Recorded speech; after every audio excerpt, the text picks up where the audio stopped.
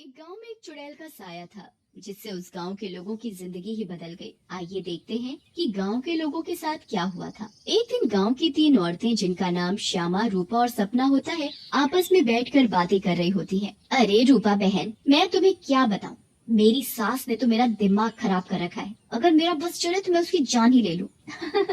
अरे क्या हुआ श्यामा बहन, इतना गुस्से में क्यों हो? शांति मौसी ने क्या कर दिया? हाँ तुम घर में अकेली हो ना, इसीलिए इतने मजे से रहती हो। हमसे पूछो जिनकी सास है, एक तो खाती है इतना, रोटी बना बना कर मेरे तो हाथ ही थक जाते हैं, ऊपर से हर काम में कमियां निकालती हैं। सही कह रही हो श्यामा बहन, मेरी कहानी भी कुछ कुछ तुम्हारी तरह ही है। मैं तो जरा सा अपने मर्द के साथ बैठ क्या जाऊं, पता नहीं कहाँ से बुढ़िया को खबर मिल जाती है, वहीं आकर सर पर खड़ी हो जाती है।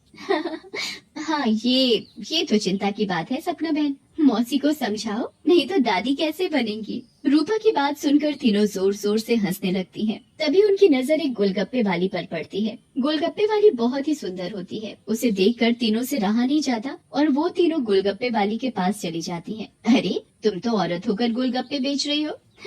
ये तो पहली बार देखा है। अरे तो बहन, इसमें बुराई क्या है, कोनो गलत काम थोड़ी ना कर रहे हैं, मेहनत कर रहे हैं। वैसे आप लोग खाओगे गोलगप्पे?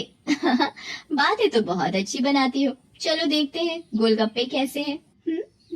उसके बाद श्यामा और सपना दोनों गोलगप्पे खाने लगती हैं और रूपा वहीं खड़ी हो जाती है। रूपा को ऐसे खड़े देख गोलगप्पे वाली बोलती है, अरे बहन, आप नहीं खा रही गोलगप्पे? क्या हुआ, कहीं आपको अपने फिगर खराब होने का डर लग रहा है क्या? अरे नहीं नहीं, ऐसी बात नहीं है, मैं बस बाहर का सामान कम खाती हूँ और कोई बात नहीं, इन दोनों को खाने दो। श्यामा और सपना गोलगप्पा खाने के बाद बोलती हैं, अरे वाह गोलगप्पे वाली, क्या गोलगप्पे हैं। मुंह से तो स्वाद ही नहीं जा रहा, मजा आ गया।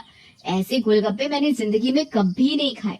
तुम तो रोज आया करो, मैं तो रोज ही खाऊंगी। हाँ हाँ हाँ बहन जी, ये भी कहने की बात है, अब तो मैं रोज ही आया करूंगी, नया नया काम जो खोला है। उसके बाद वो गोलगप्पे वाली वहाँ से चली जाती है और वो तीनों औरतें भी अपने अपने घर चली जाती हैं। अगली सुबह रूपा पानी भरने के लिए कुएं पर जाती है। वहाँ औरतें आपस में बातें कर रही होती हैं। अरे रूपा बहन, पता है तुम्हें श्यामा और सपना कहाँ है? कहाँ है मतलब? अरे अपने घर पर होंगी और कहाँ? आहा, अरे नहीं रूपा बहन, वो दोनों अपने घरों से गायब हैं। कोई कह रहा था कि उनका चक्कर चल रहा था मर्दों के साथ और उन्हीं के साथ घर छोड़कर भाग गई हैं। बेचारे उन दोनों के पति।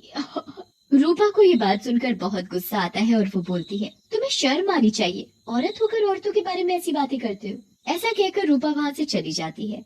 शाम को वही गोलगप्पे वाली गांव में फिर से आती है।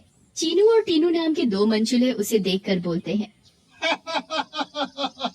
अबे टीनू, वो देख क्या लड़की है, एकदम एक नंबर। ये तो तेरी भाभी बनने लायक है बीड़ू। सही कह रहा है चीनू, लेकिन इसमें थोड़ा गलती होने का। ये अपन की नहीं, तेरी भाभी बनने लायक है, समझा क्या? फिर वो दोनों गोलगप्पे वाली के पास जाते हैं और बोलते हैं, ए गोलगप्पे वाली, क्या गोलगप्पे खिलाएगी हम दोनों को? आप दोनों भी कैसी बातें करते हैं, ये गोलगप्पे क्या मैंने पानी भरकर होली में मारने के लिए रखे हैं? आप बहुत मजाक किया हो मेरी तरह। वैसे क्या नाम है आपका? नाम में क्या रखा है साहब, आप गोलगप्पे खाइए ना, अगली बार आऊंगी तो नाम भी पता चल जाएगा। फिर चीनू और टीनू गोलगप्पे खाने लगते हैं। वाह, क्या गोलगप्पे हैं, कितने टेस्टी। लगता है तुम्हारे हाथ चूम लूं। मजा आ गया, मजा। फिर टीनू और चीनू गोलगप्पे वाली के सारे गोलगप्पे खा जाते हैं। अरे आप दोनों तो बहुत सारे गोलगप्पे खा गए, कहीं आपका पेट न खराब हो जाए। कुछ नहीं होगा हम दोनों को, हम दोनों का बॉडी एकदम स्टील के माफिक है। वैसे कल आएंगी आप यहाँ? लेकिन गोलगप्पे वाली कुछ नहीं बोलती और वहाँ से चली जाती है। रात में ज्यादा गोलगप्पे खाने की वजह से टीनू और चीनू के पेट में दर्द होता है। हाय रे, मर गया। अरे टीनू भाई, ये लड़के का चक्कर अब उन दोनों के लिए भारी पड़ गया रे। बहुत तेज दर्द हो रहा है पेट में। सही बोल रहा है भाई, अब उनके पेट में भी बहुत गुड़गुड़ गुड़गुड़ सा हो रहा है और टॉयलेट तो कई बार होकर आया। मर गया रे, फिर से आ गई। तीनू और चीनू दर्द के मारे पेट पकड़कर बैठे होते हैं। तभी वो गोलगप्पे वाली उनके पास आ जाती है और बोलती है क्या हुआ मेरे आशिकों, ऐसे क्यों बैठे हो? पेट में दर्द हो रहा है क्या? तुम्हें पता था क्या मिलाया है तुमने इसमें, बताओ। लेकिन तभी गोलगप्पे वाली चुड़ैल के रूप में आ जाती है। उसे ऐसे देखकर टीनू और चीनू दोनों घबरा जाते हैं और भागने लगते हैं। ये क्या हो गया आप उन लोगों के साथ? हम तो परी समझ रहे थे, ये तो चुड़ैल निकली। अब हम क्या करेंगे? भागो रे भागो, अपनी जान बचाकर भागो। अब हम क्या करेंगे? करेगी तो ये चुड़ैल, अगर हम यहाँ से नहीं भाग पाए, इसलिए भागो यहाँ से। लेकिन चुड़ैल उन दोनों को पकड़ लेती है और मार डालती है और वहाँ से चली जाती है। इसके बाद तो मानो ये रोज की बात हो जाती है। रोज वो चुड़ैल गोलगप्पे वाली बनकर आती और गोलगप्पे खिलाकर रात में लोगों को मार डालती। इन सब से गाँव वाले बहुत परेशान हो जाते हैं और एक दिन पंचायत बिठाते हैं। पंचायत में रूपा भी जाती है। अरे भाइयों, गांव संकट में है, हम सबको मिलकर इस समस्या का समाधान निकालना पड़ेगा, नहीं तो एक एक करके पूरा गांव ही खाली हो जाएगा। तभी रूपा का पति दीनू बोलता है, लेकिन सरपंच जी, हमें तो कुछ पता नहीं है कि ये सब कौन कर रहा है। यह लोग अपने आप सब छोड़कर जा रहे हैं। सही कह रहे हो दीनू बेटा, लेकिन हम ऐसे शांत तो नहीं बैठ सकते और अपने गांव वालों को जाने नहीं दे सकते। हमें कुछ तो करना ही होगा। हाँ। फिर पंचायत में कोई भी फैसला न निकलने पर सभी गांव वाले अपने अपने घर चले जाते हैं। उसी दिन दोपहर में चुड़ैल फिर से गोलगप्पे वाली का भेष बदल कर गाँव में आती है। रूपा उसके पास जाती है और बोलती है, अरे गोलगप्पे वाली, जरा गोलगप्पे खिला दे, सुबह से मन खराब हो रहा है, शायद चटपटा खाने से ठीक हो जाए। लेकिन तभी उसकी नजर गोलगप्पे वाली के पैरों पर पड़ती है।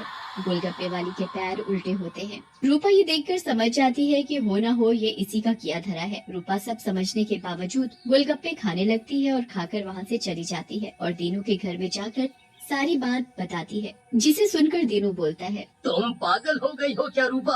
अगर उस गोलगप्पे वाली पर तुम्हें शक था तो तुमने गोलगप्पे क्यों खाए और अपनी जान जोखिम में क्यों डाली? मैंने अपनी जान जोखिम में नहीं डाली। तुमने एक बात पर ध्यान नहीं दिया, गांव में जितनी भी लाशें मिली हैं वो सिर्फ आदमियों की हैं, एक भी औरत की नहीं है। इसका मतलब ये है कि ये चुड़ैल अभी सिर्फ आदमियों को मार रही है। लेकिन रूपा, फिर भी औरतें तो गायब हो रही हैं और वो चुड़ैल निकली तो तुम उसका मुकाबला कैसे करोगी? हम औरतों में बड़ी शक्ति होती है, हम अगर अपनी पर आ जाएं तो किसी को भी अपने बस में कर लें। ये तो एक चुड़ैल है, इसे मैं देख लूंगी। तुम चिंता मत करो। फिर रूपा और दीनू अपने कमरे में सो जाते हैं। लेकिन रूपा की चिंता में दीनू को नींद नहीं आती और वो आंख बंद करके लेटा रहता है। रात में चुड़ैल उन दोनों के कमरे में आती है और रूपा को यूं आराम से सोते हुए देखकर हैरान रह जाती है। ये औरत तो वाकई बहुत निडर है, क्या मत सो रही है, लेकिन आज के बाद डरेगी। ऐसा कहकर चुड़ैल सोती हुई रूपा को उठा लेती है और जंगल की ओर चल पड़ती है। दीनू भी चुपचाप चुड़ैल का पीछा करने लगता है। चुड़ैल एक गुफा के सामने पहुंचकर रुक जाती है और गुफा को खोलती है। खुल जाओ सिमसिम। गुफा का दरवाजा खुल जाता है और चुड़ैल अंदर चली जाती है। दीनू भी चुपके से उनके पीछे पीछे अंदर चला जाता है। अंदर जाकर चुड़ैल रूपा को एक अंधेरे कमरे में ले जाती है और रोशनी करती है। जैसे ही वहाँ रोशनी होती है, गांव की बाकी औरतें भी रूपा को दिखाई देती हैं। श्यामा और सपना भी वहाँ होती है। अरे चुड़ैल, ये सब क्या है? गांव की औरतें, तुम ये क्या कर रही हो? लेकिन चुड़ैल कुछ नहीं बोलती। रूपा बहन, ये चुड़ैल पूर्णिमा के दिन हम सब औरतों की बलि देगी, बचा लो हमें। ये बचाएगी तुम्हें। इसकी जान तो खुद खतरे में है। तभी वहाँ दीनू आ जाता है और बोलता है, रूपा की नहीं चुड़ैल, बल्कि तू खतरे में है। दीनू सब औरतों को जलती मशाल दे देता है। चुड़ैल, तूने हमको और गांव वालों को बहुत परेशान किया है, गोलगप्पों की कसम तुझे छोड़ेंगे नहीं। ऐसा कहकर औरतें चुड़ैल के ऊपर मशाल डाल देती हैं और चुड़ैल जलने लगती है। मुझे जाने दो, छोड़ दो। लेकिन चुड़ैल थोड़ी ही देर में जलकर भस्म हो जाती है। वीडियोस बनाने हैं, फिल्मोरा है ना।